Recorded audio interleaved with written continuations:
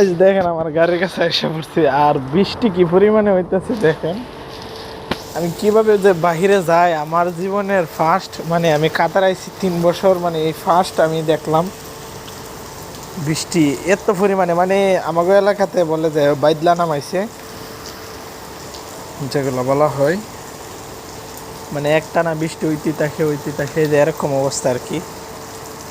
দেখেন কি পরিমাণে বৃষ্টি হইতেছে,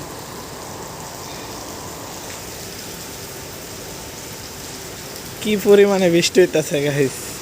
মানে কাতার শহর এটা অবাক করার বিষয় যে এরকমভাবে বৃষ্টি হয়ে লাগাতারে আমি কখনো দেখছি না, আর কেউ মনে হয় দেখছেও না। আমি এটা আসলে ভালো করে জানি না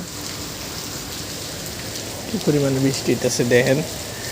আর সবচেয়ে বড় কথা হচ্ছে আমাদের দেশে মনে করেন যে রাস্তার সাইডে ড্রেনের ব্যবস্থা থাকে, অথবা কালভারের ব্যবস্থা থাকে, অথবা রিং দিয়ে সেরে জালি দিয়ে দেয় যাতে পানিগুলো নিচে চলে যায়, পাইপ দিয়ে দেয়। অথচ আমি এই দেশে এখনও দেখছি না। আসলে এই দেশে বৃষ্টি হয় না তেমনটা, আমি দেখছিও না এরকম যে রাস্তার পানিগুলো নিচে যাইতে। যার কারণে গাইছি একটু বৃষ্টি হলে রাস্তাতে আডো পানি, একটু বৃষ্টি হলে রাস্তাতে আডো পানি। আপনারা তো আমার ভিডিওগুলো দেখেন, সবগুলো অবশ্যই জানেন। এই যে দেখেন কি পরিমাণে বৃষ্টি হইতেছে ইয়ার।